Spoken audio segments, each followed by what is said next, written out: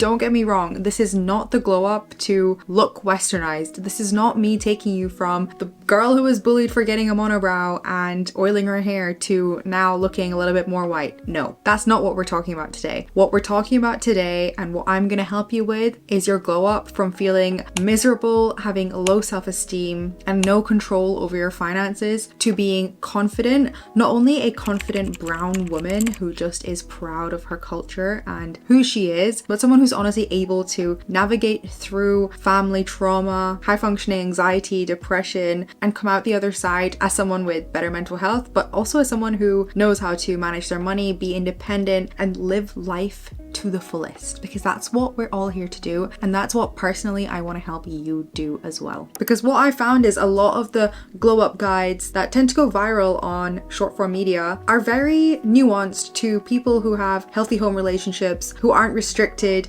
nutritionally, sometimes nuances there as well. And I can't comment on financial or physical backgrounds, but there are just so many things specific to brown girls that I think deserve commentary. I have divided the Brown Girl Glow Up into 5 main sections. We've got nutrition, physical health, mental health, financials, and just a little few tips and tricks that I have that are personal nuggets of information that I've got for you. This is essentially all the stuff I tell my little sister to do, and I'm now telling you. Starting with nutrition, and just a disclaimer, I am not a nutritionist, a PT, a financial advisor. However, I've been through so much trial and error in my life, and I just want to share the things that have worked, the things that I have read that are science backed that have worked for me, and just generally open up the conversation around glowing up mentally, physically, financially for all of us brown girls who need it too. Now, nutrition can be a difficult one because I and a lot of other South Asian women that I have had the pleasure of meeting in my life have experienced a lot of their life through food. And I think obviously with food being such a big part of South Asian culture as well, this is a difficult thing to manage for the benefit of our bodies and our long-term health. And I have been so up and down with how much I want to eat home food, my mum's food, cooking traditionally, and also striking that balance with that being good for me but also tasty. Because one thing I cannot do is eat like chicken, broccoli and rice for the rest of my life. And nutrition also plays such a big part in your mental health, which I will talk about later. But eating well allows you and enables a lot of the things that I'll talk about in this video, and you can't take each piece of advice on its own. They all correlate up together, as life usually does. But with nutrition, we want to top line be eating enough protein, fiber and fat. Apparently South Asians hold on to fat a little bit more, but I'm not going to dive too much into that. I'm not a nutritionist again, but I do love me some fatty fats. But maximizing protein is something that I have actively had to do throughout my 20s. It's been a really difficult thing to try and do consistently, and I'm now at a place where I've got meals and an idea of what the right amount of protein is for me, that I can actually incorporate that without having to track my macros or jeopardize my relationship with food at all. Maximizing your protein has a lot of benefits aside from physical as well. It improves your ability to not be depressed and not be anxious. And I learned that listening to a podcast that I will link in the corner. But as part of your glow up, you need to be prioritizing eating at least 20 to 30 grams of protein in every single one of your main meals. And obviously you want to incorporate the 80-20% rule here as well. You're not going to be living die hard by this rule. You're going to enjoy your life, go out for dinners where you're not concerned too much about the protein intake, but for the majority of your time, you want to be maximizing that and hitting that protein goal more of the time. And there are ways to do this with our home cooked food as well. When I visit my parents and I'm eating like my mom's home cooked food, I will just try and visualize on my plate what a decent or appropriate amount of rice, chapati, vegetables and protein is, rather than just literally piling on the rice and eating until I can't breathe anymore, which is what I used to do and have spent far too much of my life doing. I've also gone completely the other way, where I have completely cut out the rice and only eaten the chapati, and that's not really that healthy either, because food is there to be enjoyed and Asian moms will be offended if you don't eat their food. Gotta say it. And there are so many parts of our food that have been highlighted as really, really beneficial foods in Western culture, especially like ghee and fermented foods. Still eat those, but just watch the quantity of things that you're eating and think about how you can incorporate protein into your meals as well. Now, physical health is something that I've seen generationally is definitely a problem. The more I grow up, the more I'm understanding that maximizing my physical health now is something that is really going to pay off in my 40s, my 50s, my 60s, my 70s, my 80s. It's going to pay off long term. It's not just to do now to have some kind of dream body. It's something to do to make sure that I can actually live my life and stay independent for as long as possible. Because being in pain makes you miserable. I can see it in parents, grandparents, and it's something that I want to try and avoid for as long as possible. And as a South Asian, you're more prone to having less muscle mass and more body fat and more visceral fat as well. And visceral fat is like the bad type of fat to have. And historically, we're holding on to that because of how little protein we have in our diet. And something that I've struggled with is, well, how much cardio, weightlifting, and staying active do you actually have to do in order to have a healthy life without all of that also taking over your life? And the simple answer is that you have to incorporate activity into your life. It has to be a daily essential for you, because the longer you can stay healthy, fit, and able to do things, the happier you'll be, the more money you can earn, the more of life you can actually be aware to experience. And so that's how physical health bleeds into so many other different aspects of our life. And something that I've really realized the importance of in the last few years especially is your step count. And I feel like your average step count, maybe for a year or a 6-month period, says a lot about how important activity is in your life. So as part of a glow up or a brown girl glow up, I think trying to get your daily step average up, if you can, is something that is really good to prioritize compared to throwing yourself in the gym, throwing yourself into a PT program, or trying to get into a new sport, something that you've not done before. Starting with what you can do and what is most accessible to you is how you can make those habitual changes last for the rest of your life, which is what we really want to do here. And let's not ignore the link between being more active and having less mental health problems. And I listened to a podcast once that said that you had a lesser chance of dying from any cause in the world if your step count was higher than 8,000 steps a day, which is crazy. But find ways to make little walks in your day completely non-negotiable. And I also want to talk about strength and weightlifting. Now, with the South Asian kind of muscle genetics, we have less muscle mass. And it might be that touch harder to build muscle, but from everything I've read from Lord Huberman, from all the podcasts that I've listened to, having more muscle will lead to a healthier life long term. And when you eat all that protein from your nutritional glow up, you're going to be able to build muscle easier in your physical glow up. And building muscle doesn't mean I'm telling you to turn into some kind of bodybuilding muscle mummy. I'm telling you to prioritize a little bit of strength-based training in your daily lifestyle, whether that is a once a week Pilates class or 5 times a week bodybuilding. Try not to tunnel vision into cardio or trying to look a certain way, but rather building muscle to support your body for long-term health. Now let's talk about mental health. Mental health is going to be the juiciest, most rewarding part of your glow up for sure. And my mental health has gone up and down during my 20s. I've gone from being very resentful and angry as a person, super prone to depression and anxiety, to now being able to manage that a lot better, to now being able to say, like, I can't actually remember specifically when I was last in the depths of depression, which I wasn't able to say a few years ago. And your mental health glow up is going to happen as soon as you start paying attention to it.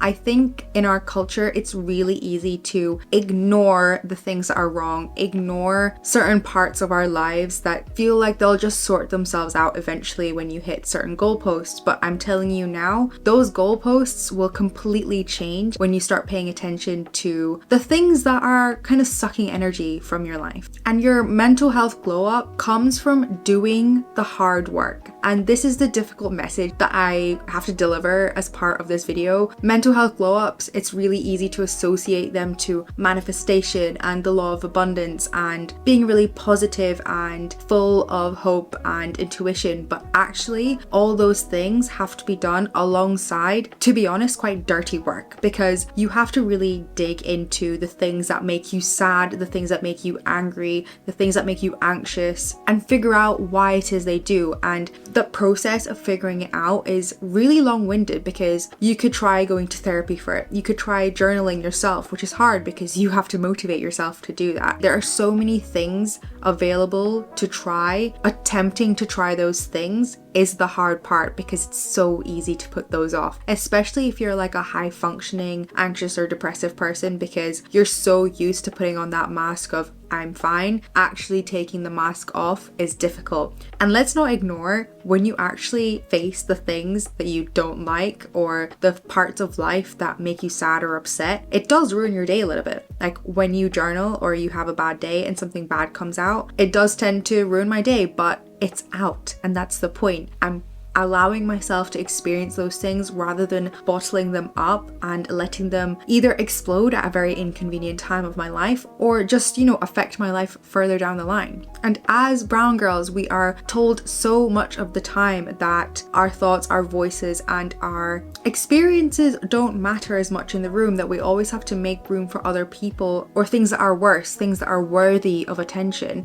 And what I'm telling you to do today as part of your glow up is to take up that space. Let yourself feel crap. Let yourself be a bad friend one week. Let yourself be a bad daughter one week because you had a bad therapy session or you've had a bad day. But pick up a book and journal about it, or go for a walk and cry. Do the hard things as part of your glow up, because the more you do the hard things, the easier life just gets, and you don't have to do the hard things all the time. That's also another part of this glow up that's actually quite magical, is that when you do these things that are really annoying, like really annoying to do first off, you don't have to do them again. Some things you have to do again, but they don't feel as bad. Do the work, build the good habits, face your demons, and sprinkle in the little manifestation, law of abundance, and amazing self-talk as well, and just see what happens. Let's talk about financials, because we want to take control of our money and feel really good about ourselves, feel really confident about the decisions that we're making in life. Like, we know what we're doing with our pay slip every month. I know what I'm saving for,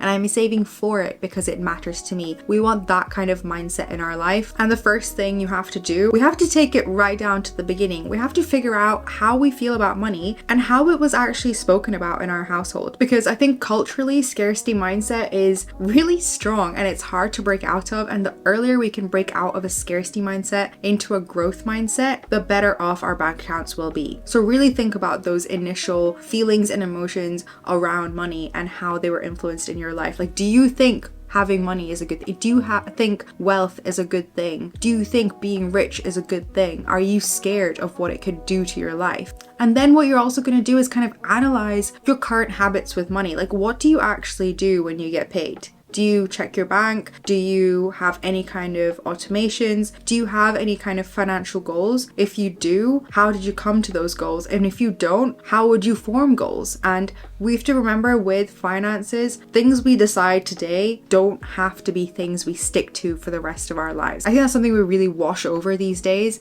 because you can change your mind about something, and also goals don't have to be long term. You can save for a holiday this year and not really know what you want to save for next year. You can figure that out later. But the point is having that initial thinking around a plan of some sort, because you can't manage what you can't measure. And as part of a financial glow up, I want you to be able to say what it is you've spent every month. And that requires you to track your transactions. And I am absolutely not telling you to restrict your spending in any way. I'm telling you to keep an eye on your spending. I'm saying to log into your bank balance and see what it is that you're spending money on, because it's that insight that then allows you to think, okay, I don't actually want to be spending money on this certain thing anymore. I'm gonna stop. You can't just magically restrict yourself. And it's the process of tracking your transactions that turn into intentional goal setting and being able to do big things like start investing or building that emergency fund. And that's the exact thing that I did. I went from completely avoiding my bank account balance to now logging in every month and trying to track every single transaction just to make sure I'm moving in the right direction to the goals I set for myself at the beginning of the year. Another really great thing to do as part of your financial glow up is to create a wish list for yourself. I think this is a great way to have a couple of North Stars that you're either saving for or that you want in your life, because I truly believe in spending things that align with your values, and figuring out those values as well is something that you can get from tracking your expenses, because if you track things, you'll start to figure out which transactions are making you think twice. But put a wish list together, because it's a really great way to motivate you to be responsible with your financial decisions, but also have goals and ways to treat yourself, because I believe in enjoying life as well as taking care of yourself, investing but still getting the little luxuries, because that's what life is about. We're not going to be funneling our savings for a tomorrow that we don't know about, but we are going to be making really smart decisions with our money. And speaking of investing, as part of your Brown Girl Glow Up, you are going to listen to either a podcast episode or read a book about money. We have to just kind of break this goal down into very strategic steps. Maybe you pick a book today and you start reading 10 pages a day until you're finished with it, because it's moves and decisions like that that will bring you closer to having the knowledge to then take action. Because like I said, for the mental health step, becoming better at something is all about doing the work, and for most of us, we have to do the work with what we have. And education, especially for money, especially in this day and age where I feel like there are a lot of better books about financial literacy, especially for women, it's so much easier to get started on those books, learn a little bit about money, and action those things a little bit better. So you can read a book, make some action, read another book, make a better bit of action. But what we're definitely going to do is start educating ourselves about money. No matter what state your finances are in right now, start that education piece, because that is the most accessible thing you can do right now that's going to propel the action you can do later. And finally, quick fire tips and tricks. We're going to journal daily. I think the journaling app that came out with the most recent iOS software would be a brilliant way to try and stay committed to doing this daily, especially because it actually gives you notifications based on recent activity, people you've spoken to, depending on how much data you've decided to share with it. But journaling daily is a great way to just mind dump and start doing that dirty work to better mental health. Learning to eat the same meals every single day. I'm not saying the same meals for breakfast, lunch, and dinner, but the same meals for breakfast as a course, lunch as a course, and dinner as a course. Because once you get used to doing that, it's so much easier to get the protein in. But trying to find that meal that satisfies both your taste and your preferences for food without being bland and boring is difficult, I know, but try and find that meal rather than just trying to eat loads of protein all the time, because life gets easier after that. Incorporate physical activity into your daily routine. Habit stacking is a really great way to do this. For example, if you wanted to read your book as an audiobook, you could do that with a walk. But take advantage of habit stacking so it doesn't feel like trying to do all of these things that are good for you and your glow up is taking over your life. Make a thinking list for your finances. And this is for my impulsive spending girlies, because it's a great way to just stop that impulsive spend just before you check out. Every time you want to buy something that's a want and kind of not a need, put it onto a thinking list where you think about it for either like a week, 2 weeks, a month, and come back to it after the set time period, and I guarantee you will have forgotten about it. 2 to 3 liters of water a day. Make that a non-negotiable. Get rid of one thing in your house a week. Now this is something especially for my hoarder brown girlies. As someone who's grown up in a family with scarcity mindset, I think hoarding is definitely a symptom of scarcity mindset, a very strong and annoying symptom, because hoarding is something that is definitely passed down to me. But trying to get rid of one thing every month, it feels physically lighter when I do it, and I feel like energy and thoughts and creativity actually flow through my brain a bit better. So spending time decluttering, whether that is getting rid of one thing a month or actually just tidying your space and dedicating maybe 10-minute slots a day to actually tidying your space and clearing it out of junk, whatever it is that works for you, remove things from your space. I have a lot more tips to talk about, but this video is getting far too long. But there is a Brown Girl Glow Up checklist in the description for you to download, so get started on that, and I wish you well on your glow up journey. You all deserve it so much.